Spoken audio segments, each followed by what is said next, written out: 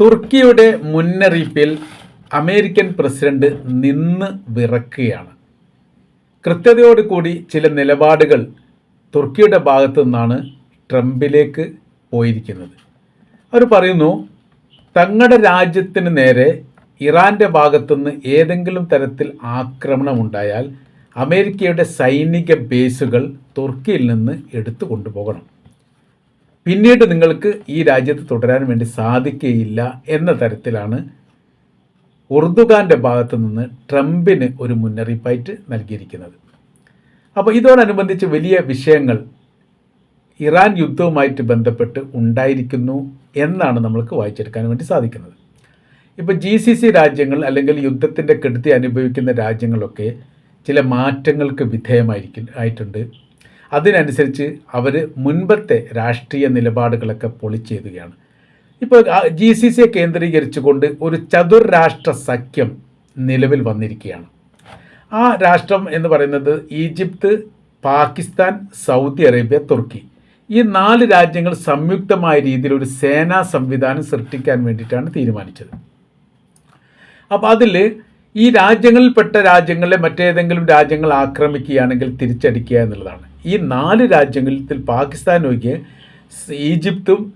പാകിസ്ഥാനും ഈജിപ്തും ഒഴികെ സൗദി അറേബ്യക്കും തുർക്കിക്കും നേരെ ഇറാൻ്റെ ഭാഗത്ത് ആക്രമണം നടന്നിട്ടുണ്ട്. ഈജിപ്തിന് നേരെ ആക്രമണം നടന്ന റിപ്പോർട്ട് പുറത്തു വന്നിട്ടില്ല.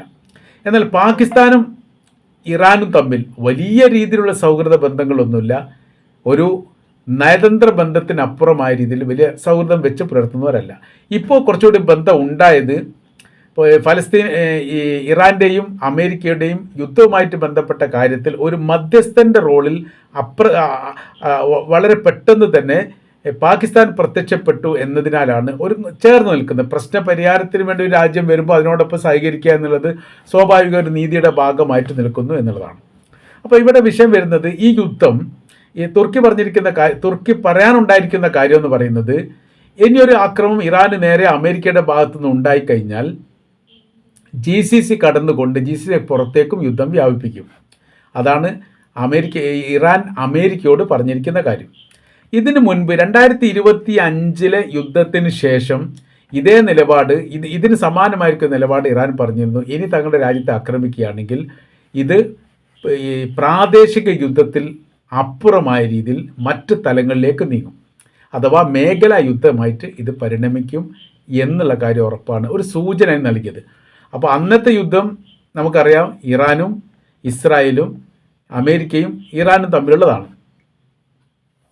പക്ഷേ ഇത് 2026 സമയത്തോ പിന്നീട് മേഖലയിൽ അപ്പാടെ ബാധിക്കുന്ന തരത്തിലേക്ക് ഗൾഫ് രാജ്യങ്ങളെ സമ്പൂർണ്ണമായിട്ട് ബാധിച്ചു. അതല്ലാത്ത രീതിയിൽ പല രാജ്യങ്ങളുടെയും കോൺസുലേറ്റിനെയും എംബസിയെയും ആക്രമിക്കുന്ന തരത്തിലേക്ക് ഇറാൻ അതിൻ്റെ യുദ്ധത്തിൻ്റെ സ്ട്രാറ്റജി തന്നെ മാറ്റി. ഇപ്പോൾ ഒന്നും കൂടി കവിഞ്ഞു കഴിഞ്ഞിട്ടാണ് പറഞ്ഞത്, GCCയുടെ പുറത്തേക്ക് എന്ന് പറയുന്ന സമയത്ത് അതിൽ തുർക്കിയും ഇറാഖും ഈജിപ്തും ജോർദാനും ഉണ്ട് എന്ന് പറയപ്പെടുന്നു. ഈ 4 രാജ്യങ്ങൾ ഈ വിഷയവുമായിട്ട് ബന്ധപ്പെട്ട് സ്ഥിരീകരണ റിപ്പോർട്ടൊന്നും പുറത്തു വന്നിട്ടില്ല. അപ്പോൾ അങ്ങനെയെങ്കിൽ സൗദി അറേബ്യയെ സംബന്ധിച്ചിടത്തോളം ഈ 4 രാജ്യങ്ങളിൽ സുരക്ഷിതത്വവുമായിട്ട് ബന്ധപ്പെട്ട് ലേശം മെച്ചം കുറവുള്ള രാജ്യമാണ് സൗദി അറേബ്യ എന്നാണ് അനുമാനം. പിന്നെ ഓരോരോ രാജ്യത്തിൻ്റെയും സൈനികപരമായിരിക്കുന്ന ബലവും ശക്തിയും ഒരു യുദ്ധവുമായിട്ട് ബന്ധപ്പെട്ട കാര്യത്തെ അഭിമുഖീകരിക്കുന്നതിൽ നിന്നേ മനസ്സിലാക്കാൻ വേണ്ടി പറ്റൂ. ഇറാനെ മനസ്സിലാക്കാൻ വേണ്ടി പറ്റിയിട്ടുണ്ട്, യുദ്ധവുമായിട്ട് ബന്ധപ്പെട്ട ഒരു അഭിമുഖീകരണം നടത്തിയിട്ടുണ്ട്. എന്നാൽ തുർക്കിയൊന്നും ഈ അടുത്ത കാലത്ത് വലിയൊരു യുദ്ധത്തിലേക്ക്, പ്രാദേശിക പ്രശ്നങ്ങളും ആഭ്യന്തര വിഷയത്തിനപ്പുറം ഒരു യുദ്ധത്തിലേക്ക്, 1-ാം ലോക യുദ്ധത്തിന് ശേഷം പ്രവേശിച്ചിട്ടേ ഇല്ല. അവരുടെ സൈനികപരമായിരിക്കുന്ന ബലവും ശക്തി ഉണ്ട് എന്ന് ലോകത്തിനറിയാം. ആണവായുധ സംവിധാനമോ അല്ലെങ്കിൽ ആണവായുധ സംവിധാനം നിർമ്മിക്കാനുള്ള അതിൻ്റെ മറ്റ് മാർഗങ്ങളോ അവരുടെ കൈവശത്തിലുണ്ട് എന്നാണ് അനുമാനം. ചില റിപ്പോർട്ടിനകത്ത് തുർക്കി ആണവായുധ രാജ്യമായിട്ടുണ്ട് എന്നും പറയപ്പെടുന്നുണ്ട്. അപ്പോൾ സൗദി അറേബ്യയെ ലക്ഷ്യം വെച്ചുകൊണ്ട് നിരന്തരം ഇറാൻ ആക്രമിക്കുന്ന സമയത്ത് സൗദി അറേബ്യയെ സംബന്ധിച്ചിടത്ത് തിരിച്ച് ഇറാനെ ആക്രമിക്കാൻ വേണ്ടി സാധിക്കുന്നില്ല, പ്രതിരോധിക്കാൻ വേണ്ടി മാത്രമേ സാധിക്കൂ. അപ്പോൾ ഇവിടെ ഒരു സംരക്ഷണ ഭിത്തി ഒരുക്കുക എന്നുള്ളത് നിർബന്ധമാണ് 2-ാം ഘട്ടത്തിൽ യുദ്ധം വരികയാണെങ്കിൽ. അപ്പോൾ ഇവിടെ പാകിസ്ഥാനുമായിട്ട് മുൻപ് തന്നെ 2025 കാലഘട്ടത്തിലൊക്കെ ഒരു സൈനിക കൈമാറ്റ കരാർ വ്യവസ്ഥ ഉണ്ട്. അത് പാകിസ്ഥാനും സൗദി അറേബ്യയും തമ്മിൽ നേരിട്ടുണ്ടാക്കിയതാണ്. ഭരണാധികാരികൾ തമ്മിൽ ഇരുന്ന് തന്നെ ഉണ്ടാക്കിയത്. ഏതെങ്കിലും രാജ്യത്തെ മറ്റു രാജ്യം ആക്രമിക്കുകയാണെങ്കിൽ സംയുക്തമായ രീതിയിൽ സ്വന്തം രാജ്യമാണെന്ന് മനസ്സിലാക്കിക്കൊണ്ട് തിരിച്ചടിക്കുക എന്നുള്ളതാണ് കരാർ വ്യവസ്ഥ. യൂറോപ്യൻ രാജ്യങ്ങൾക്കിടയിലുള്ള നാറ്റോ സഖ്യത്തിൻ്റെ നിയമവ്യവസ്ഥ എങ്ങനെയാണോ അതിനോട് സമാനമായ രീതിയിലാണ് ഉള്ളത്. എന്നാൽ സൗദി അറേബ്യ ഇറാൻ ആക്രമിച്ച സമയത്ത് പാകിസ്ഥാൻ തിരിച്ചടിക്കാൻ വേണ്ടി സാധിച്ചിട്ടില്ല. അത് യുദ്ധം മറ്റൊരു തലത്തിലേക്ക് നീങ്ങുമെന്ന് ഭയപ്പെട്ടു. കാര്യം ഇറാൻ്റെ അതിർത്തി പങ്കിടുന്ന രാജ്യമാണ് പാകിസ്ഥാൻ. എന്നാൽ ഇറാൻ്റെ അതിർത്തി പങ്കിടുന്ന രാജ്യമല്ല സൗദി അറേബ്യ. സൗദി അറേബ്യയിലേക്ക് മിസൈൽ വരുന്ന സമയത്ത് യഥാർത്ഥത്തിൽ സൈനികരുടെ ആക്രമണം നടത്താൻ പോലും പാകിസ്ഥാന് നേരെ ഇറാന് സാധിക്കും എന്നതിനാൽ അവർക്കും പേടിയായി. അതുകൊണ്ട് യുദ്ധത്തിൽ അതുകൊണ്ട് ആക്രമണവുമായിട്ട് ബന്ധപ്പെട്ട കാര്യത്തിൽ അവർ രംഗത്ത് വന്നിട്ടില്ല, ആ കാര്യത്തെക്കുറിച്ച് സംസാരിച്ചിട്ട് പോലില്ല എന്നുള്ളത് യാഥാർത്ഥ്യം.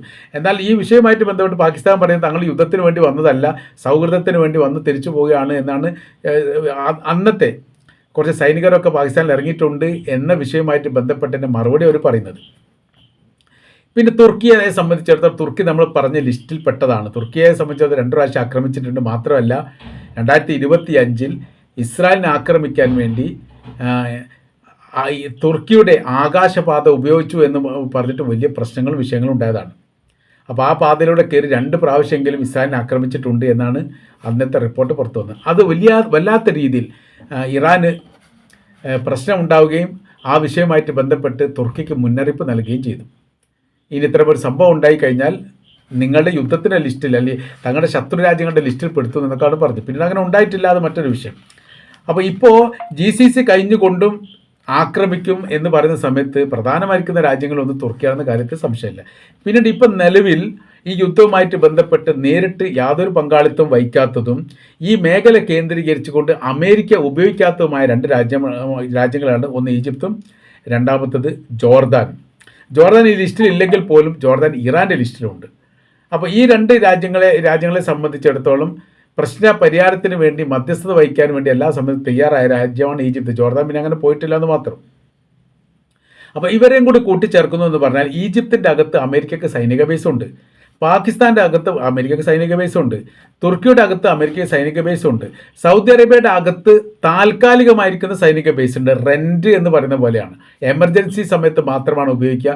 ആ ഉപയോഗം കഴിഞ്ഞാൽ തിരിച്ചു പോകണം. മറ്റത് വർഷങ്ങളോളം നീണ്ട കരാർ വ്യവസ്ഥക്കനുസരിച്ചാണ് നിൽക്കുന്നത്.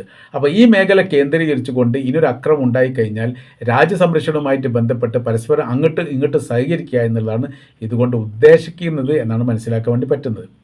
പക്ഷേ അതുകൊണ്ടൊന്നും ഇത് അവസാനിക്കാൻ വേണ്ടി പോകുന്നില്ല എന്നുള്ളതുകൊണ്ട് കാര്യമെന്ന് പറയുന്ന സമയത്ത് ഈ 4 രാജ്യങ്ങളെയും ഒരേ സമയത്ത് ഇറാൻ ആക്രമിക്കുന്ന സ്ഥിതി ഉണ്ടായാൽ പരസ്പരം ഒരു രാജ്യത്തിനും അങ്ങോട്ടും ഇങ്ങോട്ടും സഹായിക്കാൻ വേണ്ടി പറ്റില്ല. ഒറ്റ തിരിച്ചുകൊണ്ട് ഒരു രാജ്യത്തെ ആക്രമിക്കുന്ന സമയത്ത് മറ്റു രാജ്യത്തിലെ സൈനികർ സഹകരണമായിട്ട് വരികയും പ്രതിരോധം ഉണ്ടാക്കുകയും ചെയ്യുക സ്വാഭാവികമാണ്, വിഷയമൊന്നുമില്ല.